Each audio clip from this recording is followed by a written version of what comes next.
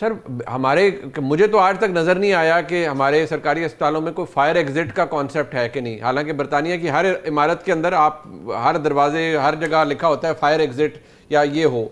अभी कुछ हॉस्पिटल्स में शायद लिखा गया फायर हो तो जो एलिवेटर है उनका इस्तेमाल ना करें। लेकिन मुझे सिर्फ ये बात बताइए कि हमें फौरी तौर पर एक आर्गूमेंट ये आता है कि जी इसी वजह से कहा जाता है कि छोटे इंतजामी यूनिट बने, लेकिन उसकी क्लासिक एग्जाम्पल अतर साहब कि अगर इस्लामाबाद जिसका रेडियस शायद 18, 20, 30 किलोमीटर का होगा, अगर उसके अंदर वफाक इन अस्पतालों की हालत बेहतर नहीं कर सकता। अब इस हॉस्पिटल का मैंने चेक किया तो मुझे जो फिगर सामने आई 10 अरब सालाना बजट है। मुझे नहीं पता इसमें तनख्वाहें भी होगी, सब कुछ होगा, but is it enough? Number one.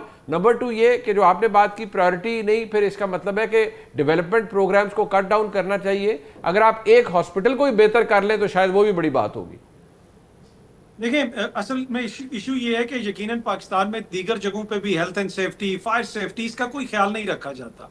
लेकिन यहाँ पे जो है ना, इनको हम कोई हमारा टीवी चैनल हो या कोई और इदारा हो, वहां पे अवाम वोट दे के लोगों को नहीं बैठाती। वहां पे अवाम के टैक्सों से वो जो है वो सिस्टम नहीं चल रहा होता, तो इस वजह से हुकूमत के ऊपर जिम्मेदारी ज्यादा होती है।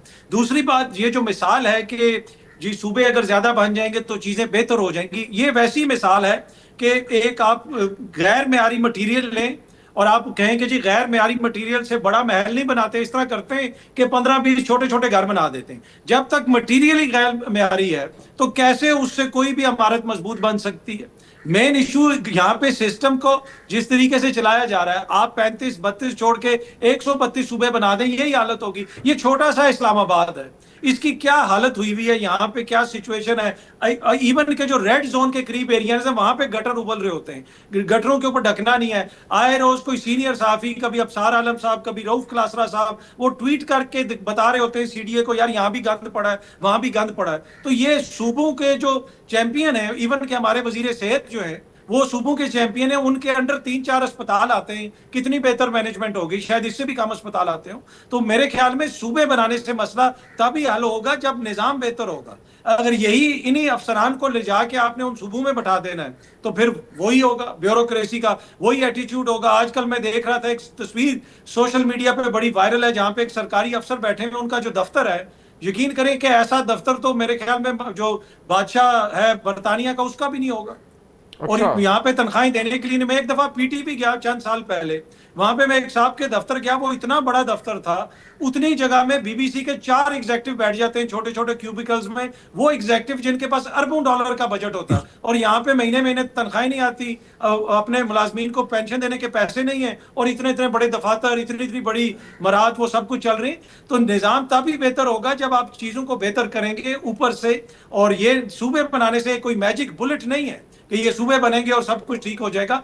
हाँ, नीचे तक क्या इक्तदार मुंतकिल होना चाहिए, क्या आवाम तक मुंतकिल होना चाहिए, उसमें एडमिनिस्ट्रेटिव यूनिट हो, मजबूत बल्दियाती निजाम हो, उस पर बहस हो सकती है। इन प्रिंसिपल में उसकी हमायत करता हूँ, लेकिन इस सिस्टम के तहत आप जितना मर्जी फैलाएंगे वो खुदा न खास्ता, या जो है जिसे आप कह सकते हैं वो बुराई फैलेगी, कोई अच्छाई नहीं फैलेगी उससे।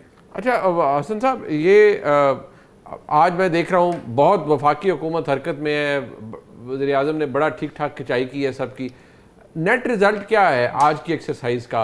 ये एक न्यूज़ साइकिल है ना जी, वो चल रहा है। अभी आपने खुद ही उसका निशानदेही भी की कि एक न्यूज़ साइकिल है, अतर साहब ने भी कहा चलेगा चलेगा चलेगा, एक दिन मैक्सिमम 48 आवर्स, फिर ये बैक बर्नर पे चला जाएगा। क्या आपको लगता है कि ये वक्त वाकई ऐसा है कि ये एक वाकया, एक अंधोनाक वाकया, लेकिन इससे कोई तब्दीली आ सकेगी कम से कम इस्लामाबाद की हद तक अस्पतालों के, सरकारी अस्पतालों के हालात में? सर तकरीबन मैं ये कह सकता हूं कि गुज़िश्ता 3 सालों में या 8 सालों में या 10 सालों में कम से कम 300 ऐसी वेकअप कॉल्स आई हैं इस कौम के लिए, हमारी हुकूमतों के लिए, हमारी सोसाइटी के लिए, हमारे मीडिया के लिए। लेकिन हमने अपनी तरजीहां तब्दील नहीं की। आज भी हम हेल्थ, एजुकेशन और जो पब्लिक ट्रांसपोर्ट है उसको उतनी अहमियत नहीं देते। इससे मुतल्लिक जो वहां पर जो पब्लिक सेफ्टी की चीजें हैं, हम उनको तरजीह नहीं देते, हम उस पर बात नहीं करते। पब्लिक जो है उसको अपनी कुछ ज्यादा जो है वो अहमियत की चीज नहीं समझते। क्योंकि देखें, पब्लिक ट्रांसपोर्ट के हवाले से देख लें कि अब कुछ पंजाब के अंदर जो है वो कुछ, और इस्लामाबाद के अंदर म्यार बेहतर हुआ है, लेकिन बाकी सूबों के अंदर आप देख लें कि पब्लिक ट्रांसपोर्ट किस किस्म की है जिस तरीके से ओवरलोडिंग चल रही होती है, जिस तरीके से वो बसों के ऊपर जो है वो छतों के ऊपर भी लोग बैठे हुए होते हैं, तो वो भी पोटेंशियल हैजर्ड्स हैं और वहां पर भी कितनी जिंदगियां जो है वो जाया हुई हैं। फिर कैसे कैसे ब्रिजेस हैं जिसके ऊपर से लोग गुजरते हैं, वहां पर भी हादसा होते हैं। तो ये चीजें हमें ओवरऑल जो है हमें इन चीजों को अपनी प्रायोरिटी पर रखना होगा, मीडिया को भी आवाम में आगाही देनी होगी, उनको अच्छे बुरे के हवाले से हमें एक बात बार बार हैमर करनी होगी ताकि उनको इस बात के हवाले से दादा हो सके। ये देखिए जो यानी फायर एग्जिट यानी एक सदी से ज्यादा अर्सा हो चुका है कि मुख्तलिफ जो जो तरक्की याफ्ता ममालिक है वहां पर कंपल्सरी हो चुके हैं, हमारे यहाँ वो है ही नहीं। और जो एग्जिस्टिंग स्ट्रक्चर है उनके अंदर भी आपको फायर एग्जिट के लिए ऑल्ट्रेशन करनी होगी। जिस तरीके से अब ब्लू एरिया की बात कर लें कि वो तलाल चौधरी साहब आज मीडिया से गुफ्तगू कर रहे थे, वो न्यू ब्लू एरिया की तो बात कर रहे हैं लेकिन ओल्ड ब्लू एरिया की बात नहीं कर रहे कि वहां पर फायर एग्जिट जो है वो इन प्लेस है ही नहीं और वहां पर जो है वो फायर सेफ्टी के जो इक्विपमेंट है वो भी नहीं लगा हुआ।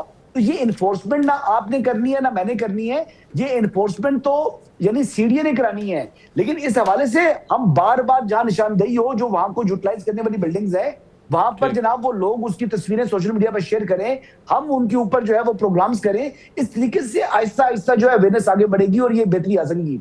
जहां तक सवाल है जी उन जो आज बच्चे शहीद हुए हैं, ये देखिए जल कर जो है ना जिनकी बात हुई है ये शोधा है और ये नन्हे जो है फरिश्ते हैं, ये जन्नत में जाएंगे और इंशाल्लाह अपने वालिदैन को भी साथ लेके जाएंगे, उनकी भी जो है ना बख्शिश का जरिया बनेंगे।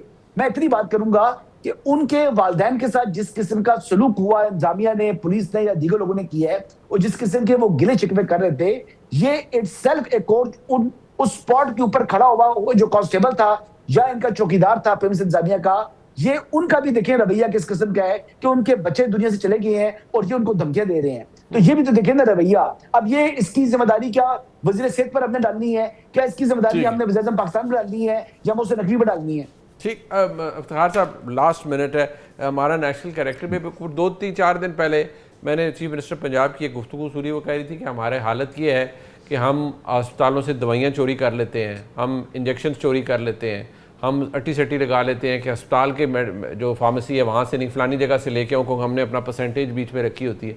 This is what our national character is unfortunately I believe. अगर सीएम कह रही है और सीएम के इल्म में है तो उन लोगों को तो जेल में होना चाहिए, जेल की सलाखों के पीछे नहीं। सीएम से ज़्यादा इम्पोर्टेंट तो सीएम से ज़्यादा इम्पोर्टेंट तो कोई नहीं है। इसका मतलब सीएम ने ऐसे हवा में तो बात नहीं की। सीएम ने आईबी की रिपोर्ट से, स्पेशल ब्रांच की रिपोर्ट से, आईएसआई की रिपोर्ट से, इंटरनल रिपोर्ट से, अपने मिनिस्टरों की रिपोर्टों के बाद ये कहा ना, तो those people should be behind the bars. Why they are continuing this story. और वो जो अस्पतालों को ये प्राइवेट करने का कॉन्सेप्ट है इस पर भी ज़रा गौर किया जाए